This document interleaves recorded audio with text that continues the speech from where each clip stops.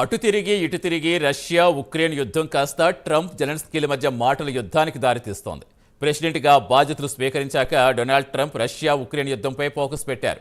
రష్యాతో రాజీకి రావాల్సిందే అని జెలెన్స్కీకి ట్రంప్ హుకుం జారీ చేస్తున్నారు. దీనికి జెలెన్స్కీ సస్యమీరా అంటున్నారు. ఇది కాస్త ఇద్దరి మధ్య మాటల యుద్ధానికి దారితీస్తోంది. జెలెన్స్కీని ఉద్దేశించి ఎన్నికలు నిర్వహించకుండా డిక్టేటర్గా వ్యవహరిస్తున్నారంటూ జెలెన్స్కీపై మండిపడ్డారు ట్రంప్. మరోవైపు అమెరికా వైస్ ప్రెసిడెంట్గా జేడీ వాన్స్ కూడా జెలెన్స్కీపై ధ్వజమెత్తారు. ట్రంప్పై అనవసరంగా నోరు పారేసుకుంటే చూస్తూ ఊరుకోమని హెచ్చరించారు. ఇక ట్రంప్కు జెలెన్స్కీకి మధ్య వార్ ఆఫ్ వర్డ్స్ ఏంటో చూద్దాం.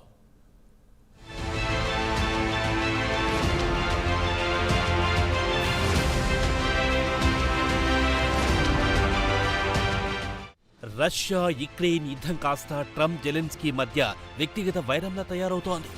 మంగళవారం నాడు ట్రంప్ జెలెన్స్కీని ఎన్నికలు నిర్వహించకుండా దేశాన్ని డిక్టేటర్గా పాలిస్తున్నాడని ఆరోపించాడు.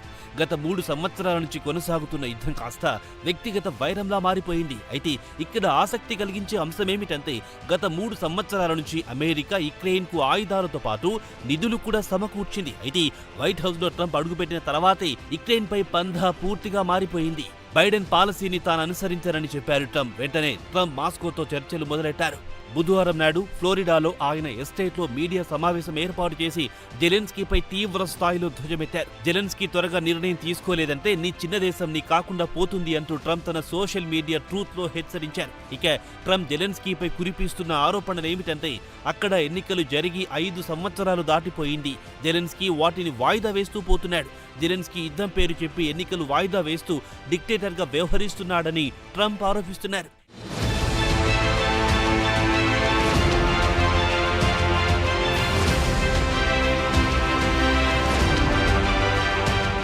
ఎన్నికలు నిర్వహించడానికి జెలెన్స్కీ నిరాకరిస్తున్నాడు.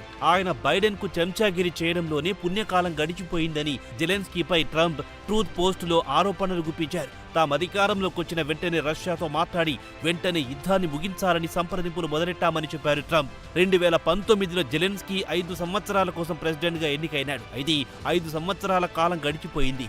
రష్యాతో యుద్ధం పేరు చెప్పి ఆయన దేశంలో మార్షల్ ప్రకటించి ఎన్నికలు వాయిదా వేస్తున్నాడు.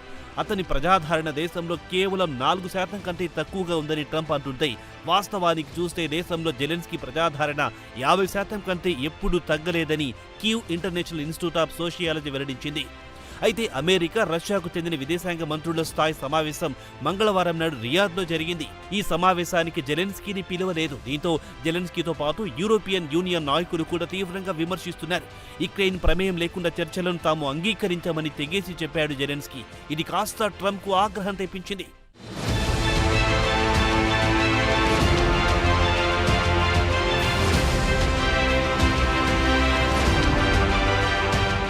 జెలెన్స్కీని ఉద్దేశించి ట్రంప్ చులకనగా సక్సెస్ఫుల్ కమేడియన్ అంటూ సంబోధించారు. నీవు గెలవని యుద్ధానికి అమెరికాతో $350 బిలియన్ ఖర్చు పెట్టించావు.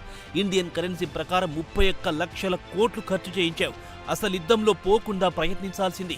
అమెరికా ట్రంప్ ప్రమేయం లేకుండా యుద్ధం సమస్య పరిష్కారం కాదని ట్రంప్ జెలెన్స్కీపై తీవ్ర స్థాయిలో ధ్వజమెత్తారు. జెలెన్స్కీ అసలు ఉద్దేశం యుద్ధం ఇలానే కొనసాగాలి. యుద్ధం పేరుతో పెద్ద మొత్తంలో డబ్బు వెనకేసుకోవచ్చనే అసలు ఉద్దేశమని ట్రంప్ జెలెన్స్కీపై వ్యక్తిగత ఆరోపణలకు దిగారు. తాను యుక్రెయిన్ ప్రజలను ప్రేమిస్తాను. అయితే జెలెన్స్కీ మాత్రం ప్రెసిడెంట్గా సరైన నిర్ణయం తీసుకోలేకపోయారు. ఈ యుద్ధంలో దేశం మొత్తం ధ్వంసమైంది. లక్షలాది మంది ప్రజలు అనవసరంగా ప్రాణాలు కోల్పోయారు. ఇప్పటికీ కోల్పోతున్నారని ట్రంప్ ఆవేదన వ్యక్తం చేశారు. ఇదిలా ఉండగా జెలెన్స్కీ కూడా ట్రంప్పై మండిపడ్డారు. రష్యా ఇచ్చే తప్పుడు సమాచారాన్ని ఆయన గుడ్డిగా నమ్ముతున్నాడని, పుతిన్ మాయలో పడిపోయాడు. రష్యా తమను ఓడించలేక ఇలా దొడ్డిదారిన తనను తప్పించడానికి ప్రయత్నిస్తోందని జెలెన్స్కీ ట్రంప్కు కౌంటర్ ఇచ్చారు. దీనికి ట్రంప్ స్పందిస్తూ జెలెన్స్కీ అప్రూవల్ రేటు 4% కంటే తక్కువే అని వ్యాఖ్యానించారు. కానీ జెలెన్స్కీ అప్రూవల్ రేటింగ్ 57% పైనే ఉంది.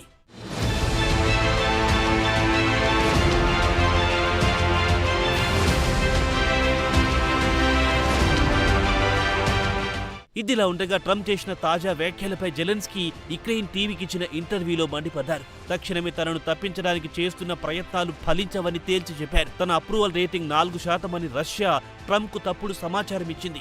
రష్యా మాయలో ట్రంప్ పూర్తిగా పడిపోయారన్నారు జెలెన్స్కీ. ముందుగా ట్రంప్ యుక్రెయిన్ గురించి పూర్తిగా వాస్తవాలు తెలుసుకోవాలన్నారు. యుక్రెయిన్లో ఉండే పౌరుల్లో ఏ ఒక్కరు కూడా రష్యా ప్రెసిడెంట్ వ్లాదిమిర్ పుతిన్ను నంబరని స్పష్టం చేశారు. అలాగే యుక్రెయిన్ సైన్యం బలంగా ఉంది, రష్యా ముందు మోకరిల్లడానికి దేశంలోని మెజార్టీ పౌరులు సుముఖంగా లేరని ట్రంప్కు స్పష్టం చేశారు. ఇదిలా ఉండగా రియాద్లో అమెరికా, రష్యా విదేశాంగ మంత్రులు సమావేశమయ్యారు. ఈ సమావేశంలో ఇరు దేశాల మధ్య సంబంధాలు మెరుగుపరుచుకోవాలని నిర్ణయించుకున్నారు.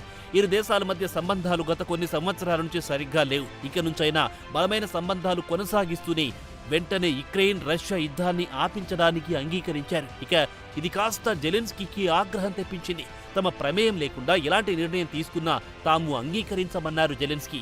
ఆయన వాదనకు యూరోపియన్ యూనియన్ కూడా మద్దతు ప్రకటించింది. సమావేశానికి తమకు ఆహ్వానించలేదు, ఇది తమకు ఆశ్చర్యం కలిగించింది. చర్చల్లో టర్కీని, యూరోప్ను కూడా భాగస్వామ్యం చేయాలని జెలెన్స్కీ డిమాండ్ చేశారు.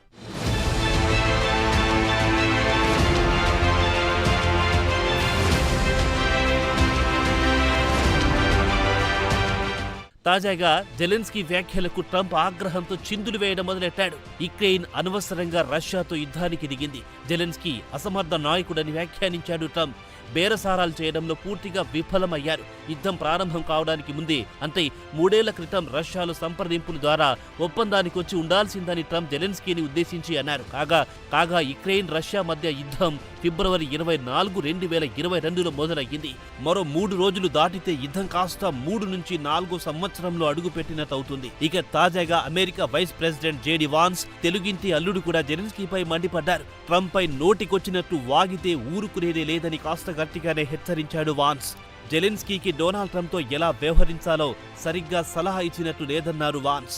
కాగా అమెరికా ఈ యుద్ధంలో బిలియన్ల కొద్ది డాలర్లు ఖర్చు చేస్తోంది. దీనికి బదులు అమెరికాకి ఎలాంటి లాభం లేదు. అలాగే తాము పంపించే డబ్బులో సగం డబ్బుకు లెక్కపత్రం లేకుండా పోయిందని జెలెన్స్కీ కూడా అంగీకరించారని ట్రంప్ చెప్పాడు.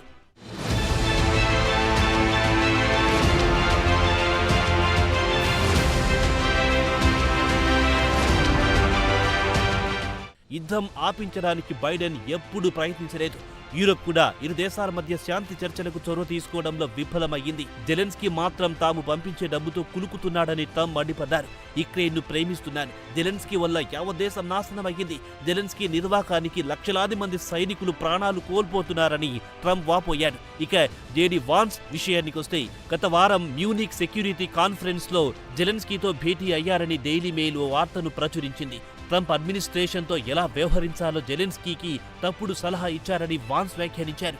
యుక్రెయిన్ ప్రజలను తాము ప్రేమిస్తాం, వారి సైనికుల ధైర్య సాహసాలను ప్రశంసిస్తాం, అయితే వెంటనే యుద్ధానికి ముగింపు పలకాలని జేడీ కూడా జెలెన్స్కీకి సలహా ఇచ్చారు.